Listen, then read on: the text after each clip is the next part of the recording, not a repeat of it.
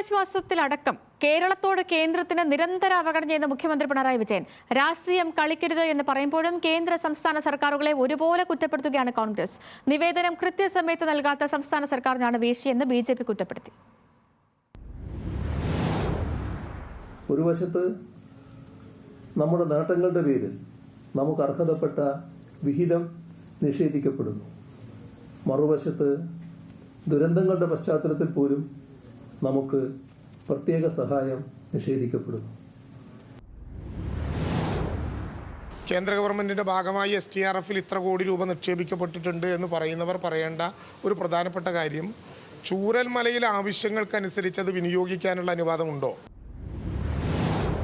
ഒരു വശത്ത് കേന്ദ്ര ഗവൺമെന്റ് ഒരു തുക പോലും തരുന്നില്ല. അതേ അവസരത്തിൽ ഈ പ്രോജക്റ്റുകൾ, ഈ ദുരന്ത നിവാരണ ഫണ്ട് ഓഡിറ്റ് ചെയ്യുന്നതിൽ ഉൾപ്പെടെയുള്ള ഗുരുതരമായ വീഴ്ചകൾ സർക്കാരിന്റെ ഭാഗത്തു നിന്നുണ്ട്. ഈ സംസ്ഥാനം അവരുടെ ഉത്തരവാദിത്വം നിർവഹിക്കുന്നില്ല.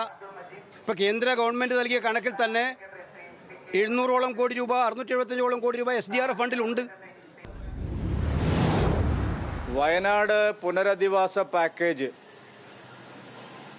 പൂർണ്ണമായിട്ടും അട്ടിമറിച്ചത് സംസ്ഥാന ഗവൺമെന്റ് തന്നെയാണ് എന്ന് കൃത്യമായി തെളിഞ്ഞിരിക്കുകയാണ്.